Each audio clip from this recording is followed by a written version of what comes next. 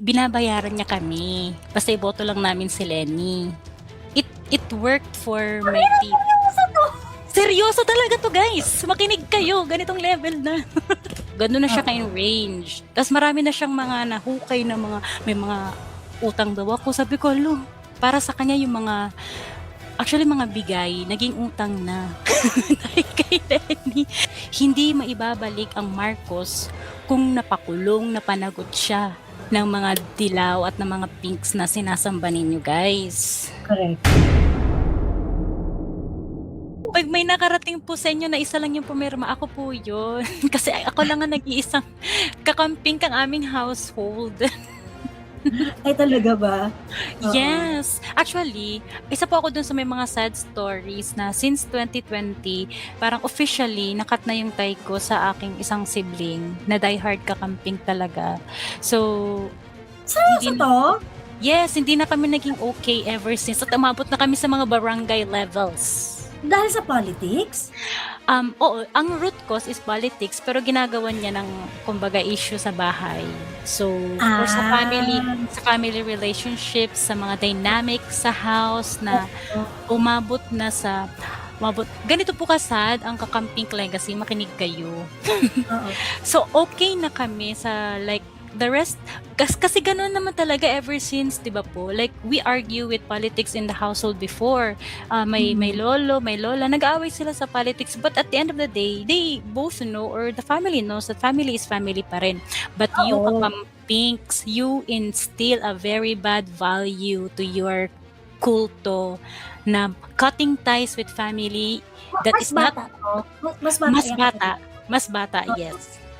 That cutting ties with your family that is not aligned with your politics is okay. Is acceptable. Is Oo. acceptable, which is a work of the devil. Kasi yan ang goal ng devil to ruin the family. Because that's the basic unit of the society. That makes up the whole society and the world as a whole. I cannot force my politics to my family. Pero in fairness sa parents ko, realist naman yan sila.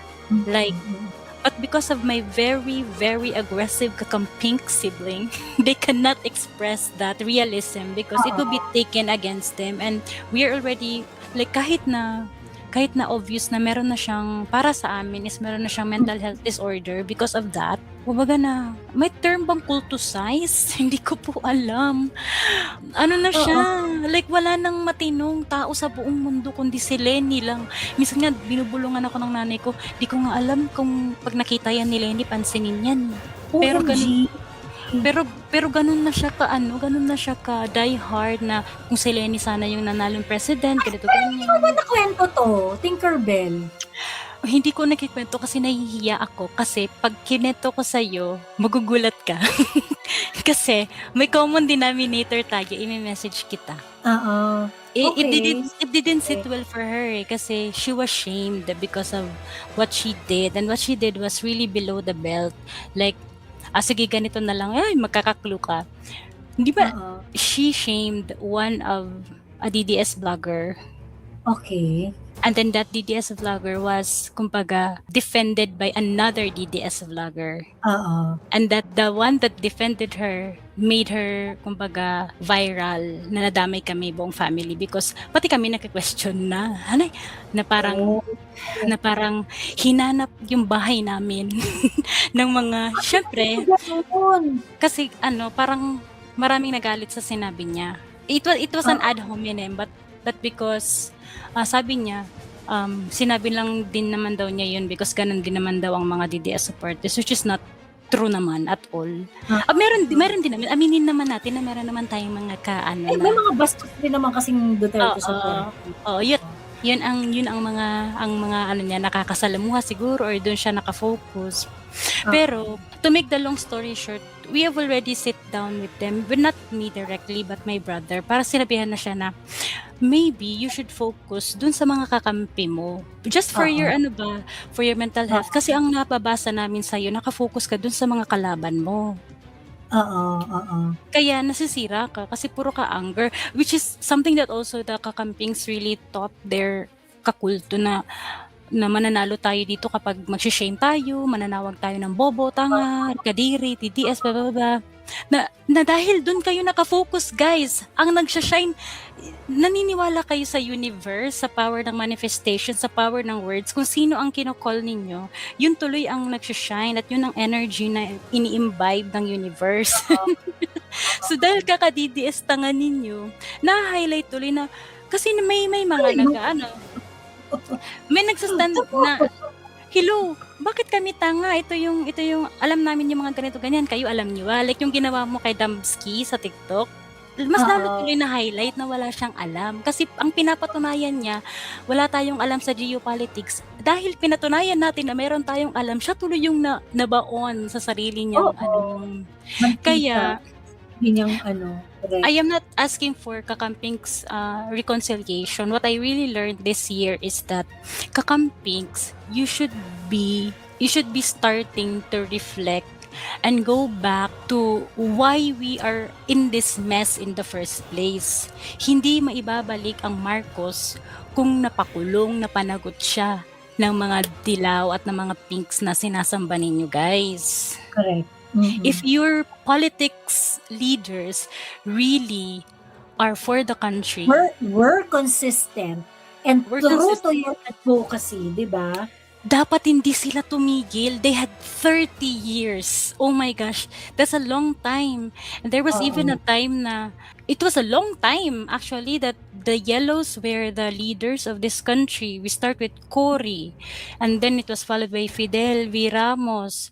We had Joseph Estrada, but he was impeached. And then you had GMA with your side na naging hindi naman siya fully dilaw, but she cooperated with you. You had all the time in the world to actually put these guys in prison in their proper places. Correct, or prove to the courts that they really did something bad, that the martial law victims are real and they're warm bodies that were really victims of EJK or ano bang tawag nila doon sa mga hindi nyo nagawa at all. So baka mag-isip muna kayo, at ngayon napapansin nyo na nakikipag-align na sila kay BBM. Anong meron, guys? Mag-isip-isip naman kayo. Again, I'm not asking for reconciliation, but this year I realized na kawawa talaga yung mga Kakampings, yung mga kakampo ni Lenny. Wala akong pakialam sa yellows talaga kasi taiyan talaga sila. Pero yung mga Kakampings, actually guys, kayo yung nabudol. Teka, may question ako. So, ibig sabihin mo yun, hindi kayo okay ng kapatid mo? Hindi na talaga, hindi niya ako tinatawag by my name. OMG. I am an invisible person in the house. Tapos, nang dahil dun, pati yung kapatid ko na mga okay sila sa akin, hindi na rin niya binabati. Except dun sa brother namin. Yung association ng galit niya. Oo, parang dahil friend kayo, hindi na rin tayo friend. Parang gano'n. Ganun na. Ano exactly yung sorry, na lang ako kasi parang gusto kong maintindihan kung bakit kayo dumating dun sa puntong yun na hinihinate nyo yung isa't isa. Like, ano yung pinag-awayan nyo? What made your kapatid tick off ng ganun katindi? Ganito yan, nung Lenny BBM elections, binabayaran niya kami. Basta iboto lang namin si Lenny. It worked for my team. Seryoso talaga to, guys. Makinig kayo. Ganitong level na. Seryoso to? Oo, namimigay siya sa mga titas namin ng pera na ito ha. Kasi namimigay din naman talaga sabi ko sa inyo sa local politics. Namimigay naman talaga. So siya din, meron siyang version. Namimigay din siya sa family, sa neighbors. Tapos may, kumbaga nag-help siya mag-finance ng campaign ni Lenny sa local namin. Gano'n na siya ka-die hard, ganong level. So, nag-invest na siya kay Lenny. Kaya nung natalo si Lenny, naloka talaga siya. At ako ang una niyang tinarget. Alam niyo po kung bakit. Dahil ako lang ang hindi tumanggap ng kanyang payment. Oh, okay. So, minasama niya. Minasama niya. Tapos ang nangyari nun, ang natatawa ang buong family kasi may binigay siya sa akin regalo nung Christmas before the election. Mura lang naman, 2.5 na bag. Pero gusto niyang ipabawi sa mama at mga titas ko dahil daw traitor daw ako. Kasi hindi ko daw binote si Lenny. Ganun lang kababaw. OMG! Oo, gano'n na katindi. Guys, mag-isip-isip na kayo kung camping pa kayo. Dahil daw Seryoso? trinidor ko siya. Oo, dun lang kasi daw binigay niya daw yung bag na yun. Dapat daw nire-respect ko yung politics niya. Dapat daw hindi ko tinanggap kung hindi ko naman daw ivo-vote si Lenny. Pero sabi ko, wala akong naalalang deal na ibibigay mo yung bag na yun, kapalit, ivo-vote ko si Lenny. Kasi as a matter of fact, kahit paraphernalias ni Lenny, nagpapaprint siya ng t-shirt, binibigay na sa akin, pantulog ko daw, baka magbago isip ko, hindi ko talaga tinatanggap. Parang ganun level sa parang feeling niya, bakit ka allergic kay Lenny? Ano bang ginawa niya? Sabi ko, hindi ako allergic. Ayoko lang na mag-full soap ka kasi hindi talaga kaya ng, ewan ko ba Miss Joey, kahit mag-plastic na, sige, pa-vote ko to. Kahit plastic na lang for the family. Hindi ko talaga kaya magpaka-plastic. Pero I was very cordial, unlike yung mga, hindi, ayoko, cut ties na lang tayo. Sabi ko, please, sorry, hindi ko talaga kaya. Kung i-vote nyo, sige, i-vote nyo, kayo na lang. Pero hindi ko talaga kaya, guys. Dahil dun lang, kababaw. Gano'n na siya ka-enrange. Tapos marami na siyang mga nahukay na may mga utang daw ako. Sabi ko, ewan ko, na parang, ano na siya na, para sa kanya yung mga, actually mga bigay, naging utang na. Dahil kay Lenny. Yung natatawa yung nanay ko talaga, tsaka yung mga titas ko, yung bag. Doon kami talagang nag-away na sabihin, yung mga iba mong relative, wala naman silang politics or makalimutan. Wala mga realist yan. Kasi actually, si mama, kausap ko, kaya ako naging DDS supporter. Kasi si mama ang nagpa-woke sa akin. Dahil history teacher siya. Sabi niya, lagi lang naman din ganyan, pabalik-balik lang yan. Tingnan mo si Marcos, kung talagang bakit hindi naman napakulong. Tingnan mo si Erap, maganda naman yung mga layunin niya, pero bakit siya pina-impeach? Tingnan mo si Corona, maganda din naman yung naging decision niya sa korte, pinamigay sa Hacienda Luisita, pero bakit siya pina-impeach? Parang pinakita niya sa akin yung pattern without like wrapping it to my kumbaga awareness. Pinaano niya sa akin yung pattern na nakikita mo ba yung pattern? Kapag ikaw ay nakipaglaban at kapag ginawa mo ang tama, ang gagawin nila sa iyo, ipropaganda ka, impeach ka nila. Kaya sabi ko, kaya pala nung bata pa ako, ang mga bubblegum shows, ang mga comedy shows sa ABS-CBN at saka sa GMA, laging baliw si Miriam Santiago, si Senator Miriam, at saka laging mga funny lines ni Erap yung nandun. Like, correct. Yung naalala niyo yung mga jokes na Erap? Galit ako dun sa DDS Bobo na joke. Kaya galit ako dun sa DDS Bobo na, the joke is not joking. Just know. Parang, ang nakakasad sa mainstream media ngayon, nakalimutan nyo na hindi na lang kayo ang channel ng information ngayon. Meron ng social media, meron ng YouTube, meron ng TikTok, meron ng Facebook. So yung mga narratives na ginagawa ninyo, yung mga psychological, kumbaga play na ginagawa ninyo, yung mga bata pa kami sa TV, hindi na mag-work ngayon kasi matidebunk na yan in real time. So, yun yung pinamulat sa akin ng nanay ko na, oo nga pala.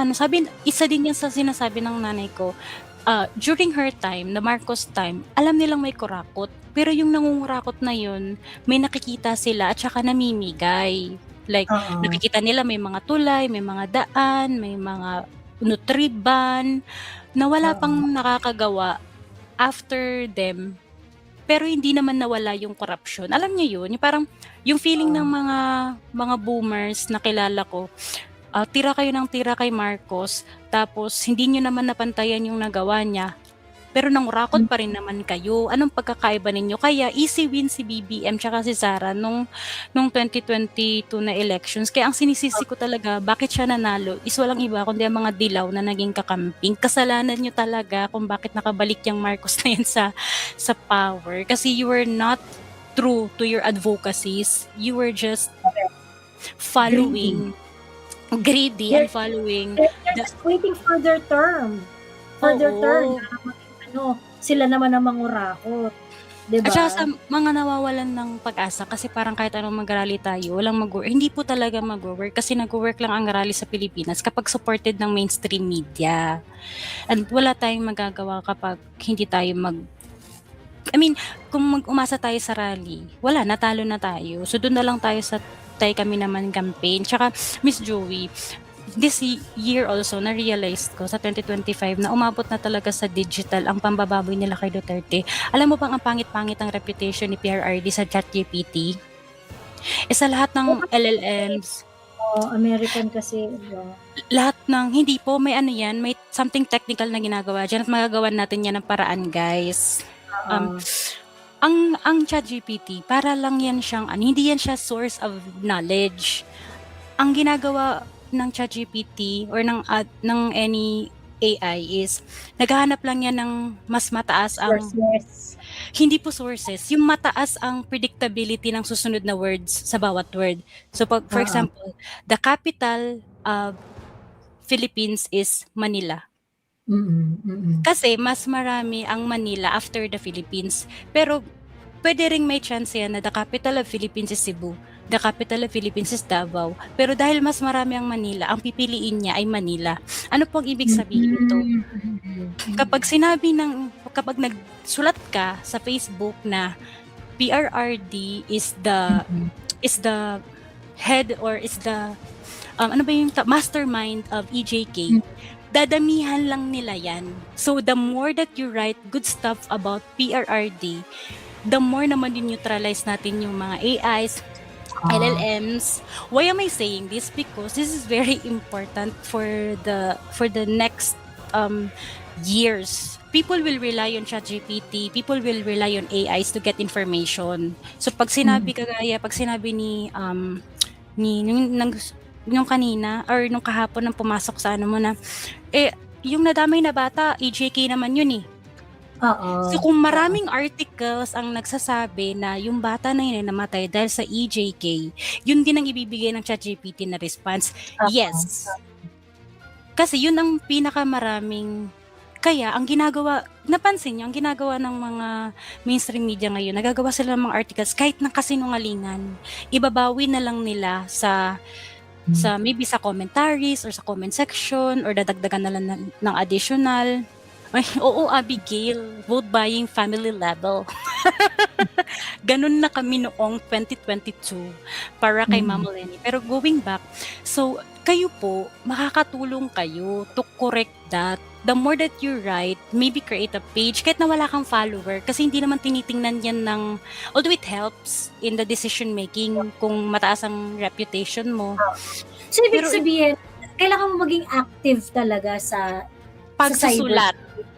Yes. So, yung Tayo Kami Naman, pwede ka magpalagay doon ng blog post na section para lahat ng ginawa ni PRRD ilagay doon.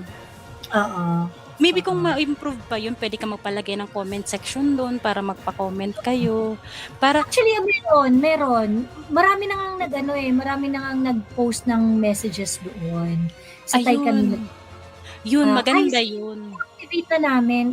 Marami na para ma-publish. Ayun. Yung mga good words on PRRD. Pwede namin gawin yan. Tsaka ikaw din, Miss Joey, dapat mag-ano ka na, hindi naman mag-hire, pero maghanap ka ng trusted volunteers na magbabantay ng page mo. Oo. Kasi kailangan may nakabantay ka kapag like tulog ka na kasi yung mga report ba? Oo. Anong gagawin ng bantay? Pag may mga nagko-comment lang negative, may sasagot. Kailangan ma-counter. Oo, it does two things. Build your reputation. Tsaka number 2, it also helps with the AI. Para pag na-analyze ni AI yung buong thread na yun, makikita na may opinion na ganun. So for example, sinasabi na ngayon ng mga AI models na there are cases that people say this and that, but there are a lot more cases that say that this is this and that. Kasi Oo. nasa-scan nila yan sa website, lalo na sa Facebook. Kasi si Facebook open source siya eh. Oo. Lahat ng nasa loob ng Facebook is nasa-scan siya ng AI.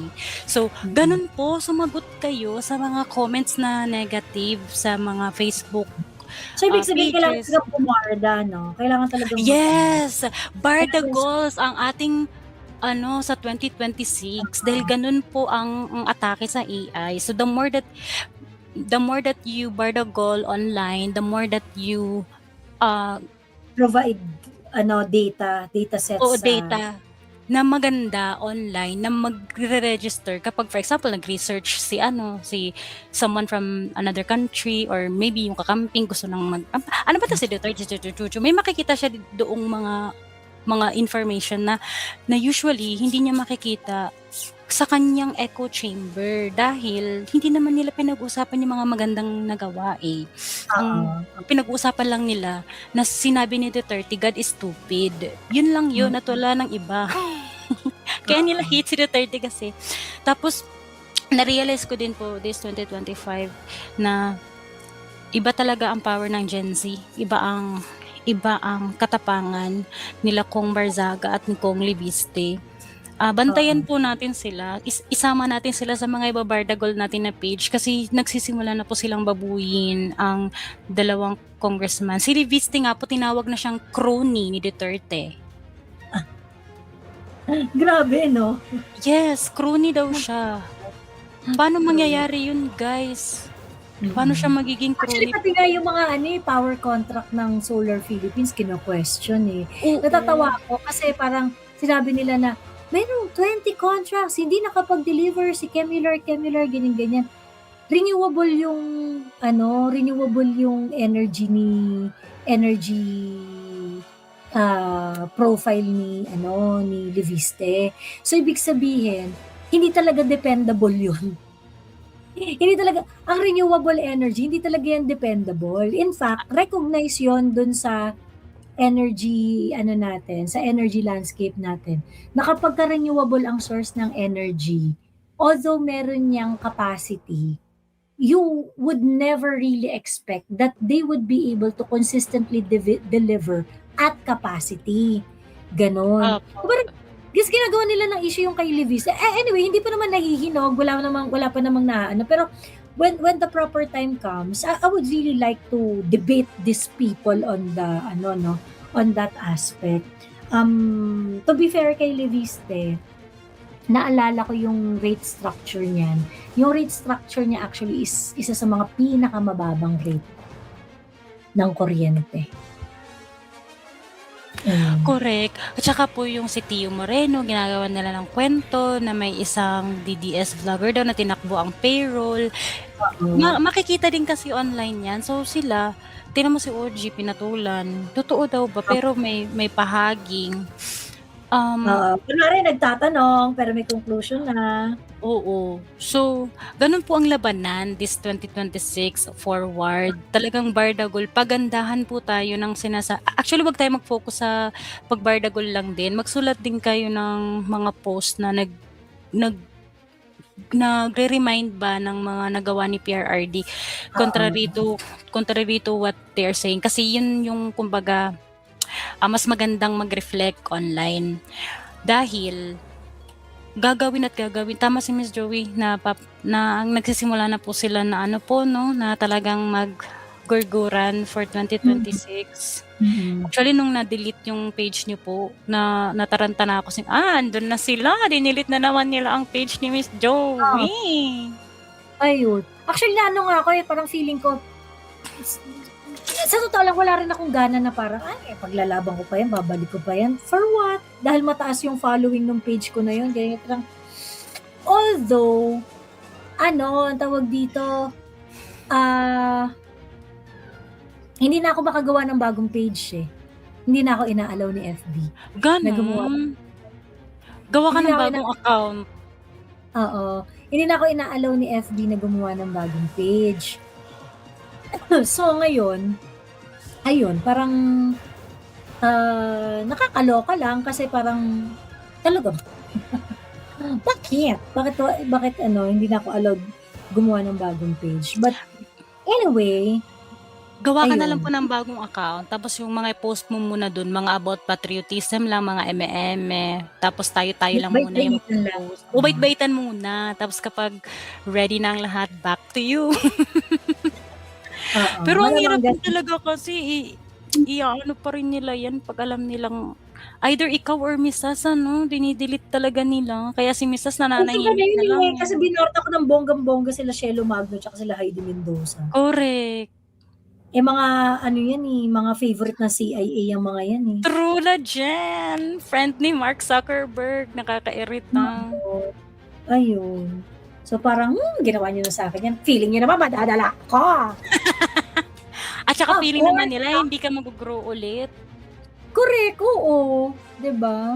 Eh, naluloka nga sila, sabi ko gano'n, "Hala, 22,000 lang yan pagkatapos biglang 40,000 na one day pa lang."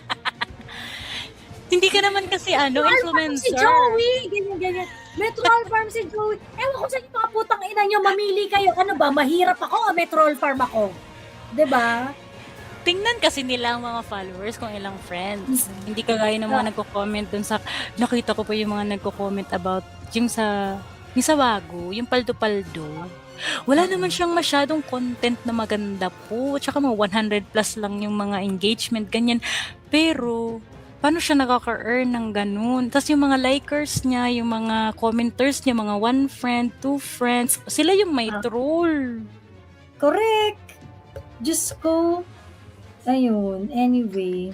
Yun lang po. Sana ano, to end on a positive light, sana makaabot ako sa caravan. Charot, makita ko kayo. Sama ba kayo doon, Miss Joey? Oo. Kasama ako doon. Oo, Ayun. yun na lang. Pero nagpadala na ako sa Akin ano. yung ano yung sinasabi mong emerald. Oo, Bigyan mo ako ng ichi-chika kita. Pero hindi masyadong detailed. Pero pag nasabi ko yung main character, matatawa ka. Matatawa ka sa main character. Sabihin mo, ano talaga yung main character ano siya, very quality ang kanyang audience.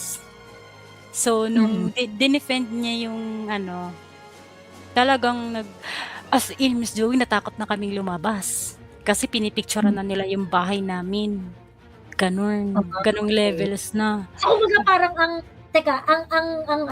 ang nag-dox sa inyo is from the followers nung Duterte Align, tama? Pero I'm thinking, kilala din namin yon na naiinis na din sa kanya kasi very rabid na din siya sa mga post niya na to the point namin may nagme-message na nga sa akin na, "Ate, ano ba naman yan, ganito, sobra naman ng," kasi nangaaway na siya, 'di ba? Nangaaway na sila.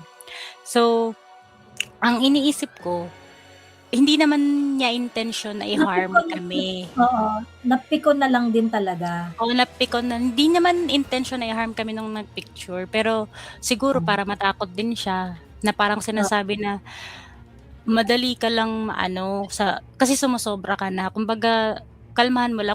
Parang yun ang message na na-understand ko. Pero syempre, during that time, you will not think that clearly kung may intention ba o wala.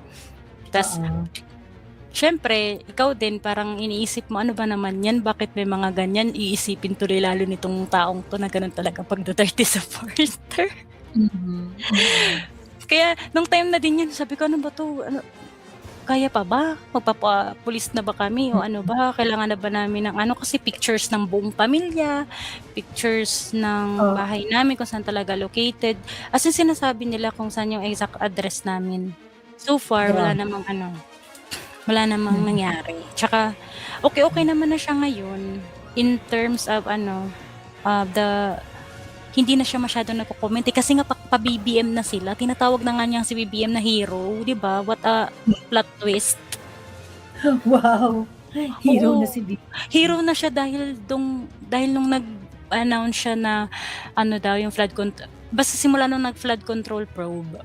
'Di ba? Sabi niya, 'di ba, hero 'yan siya kasi dahil sa kanya matitigil na daw tong corruption. Sabi ko, shit, what a shift.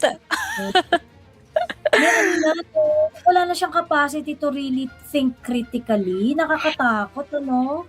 Kasi yun yung echo chamber nga nila, yun lang din yung Kaya sigurong sinasabi naririnig niya. So, nai-influence din sila na maganda yan kasi ang naging ano nga, ang naging ito pala, ang pattern, ang template lagi is ang naghahanap ng kalaban. So, ngayon hindi na kasi Marcos ang kalaban nila, Duterte na. Oo. So, bahalang makipag-join forces sila sa dati nilang tinatawag na kriminal or whatever na mga Marcoses. Parang willing na sila mag-join forces to just kumbaga matalo lang yung mga Duterte. Which again, pulls me back to my question to Kakampinks. I am calling out the Kakampinks. Wala na akong pakialam sa mga yellows kasi yung yellows talaga certified tae na yan. Kayong mga Kakampinks, mag-isip-isip kayo. Kung ganyan ang mindset ng mga thought leaders ninyo, kung ganyan ang mga mindset ng mga political operators ninyo, something is deeply, deeply wrong with the way that you were taught or the way that they made you believe things na mabot na kayo sa cut tayo sa mga family. Actually, meron din akong isa pong friend, online na nakilala sa isang community ng same kami ng work. Ang iniisip niya, hindi daw siya mahal ng pamilya niya kasi hindi daw siya sinuportahan. Kakampink yun na nakipagbardagulan sa isang politician somewhere na umabot siya sa punto na nag-ombudsman na siya. Ang sinabi ko sa kanya lang, ang hirap kasi sa inyo, pinaniwala kayo ng mga leaders ninyo that you're omnipotent, that you can rule the world with your with your tantrums. with your mabo siya po sa ombudsman pero na-dismiss yung case niya. Ito kasi yung nangyari. Bigla-bigla siyang nagdemanda, bigla-bigla siyang nagkaso or whatever nang hindi mo na siya nagkukonsulta sa pamilya niya at ina-expect niya na suportahan siya ng pamilya niya. Ang nangyari kasi, hindi talaga siya sinuportahan kasi malakas yung politician na yun sa local nila. Nainaway niya online at kinasuhan niya pa. Mabot sila daw finalo ko yung process from barangay to LGU to ombudsman. Sabi ko, kung nag-iisip ka kasi ng clear. Ano ka rin, ang tawag dito, mosang ka din. Correct. Hindi ka dapat nag-expect na yung family mo isusupport ka. Maganda yung layunin mo, maganda yung paniniwala mo, na ipaglaban mo yung karapatan mo na panagutin ang mga kurakot. Pero kinonsulta mo muna sana yung pamilya mo na may mga anak na pinapaaral, pinapakain, kung willing ba sila to face the consequence of the embarrassment, of the harassment. Correct. At saka bakit ka nag-expect na if you're going to do, ewan ko, di ko alam. Ako nga, hindi ko ina-expect na hindi ko ina-expect na, alam mo yon na yung, kasi this is my choice, this is my fight. So, hindi ko, di ba, bakit ko pipilitin yung mga tao na mag-commit dun sa mga bagay na ginagawa ko? Di ba? Not unless, of course, they are going to do it on their own na maintindihan nila yung ginagawa ko and they will support it. But, hindi ko sila pupersahin na. Correct. Yung magtatampo ka kasi hindi ka nila pinagtanggol daw online. I-expect mo ba sa family mo yun? Sabi ko, ako nga i-spare ko yung family ko dun na ako na lang to. Kasi ako naman yung makikipaglaban, wag na kayong madamay. Siya, parang tinake niya personally na nag-cut ties na din siya sa family niya. Magwa 1 year na. Sabi ko, oh my God, balikan mo yung pamilya mo. Tapos, kumbaga, ginamit ko na lang yung language na ang nag-uutos na sirain ng pamilya is demonyo. So, kapag nag-follow ka dun, siya pina-follow mo, hindi yung politics mo. Kasi yung politics mo, napapalitan yan. Mga butterflies yung mga yan, maya-maya, BBM at Mama Lenny na, hindi mo alam. Tas kayo ng pamilya mo, magkakabalikan. Hindi na kayo magre-rekindle ng relationships. Maling yan, maling mindset, kumbaga. So, sabi ko, grabe itong Kakamping talaga, nakakasira ng bait. Oo, kakaiba talaga sila.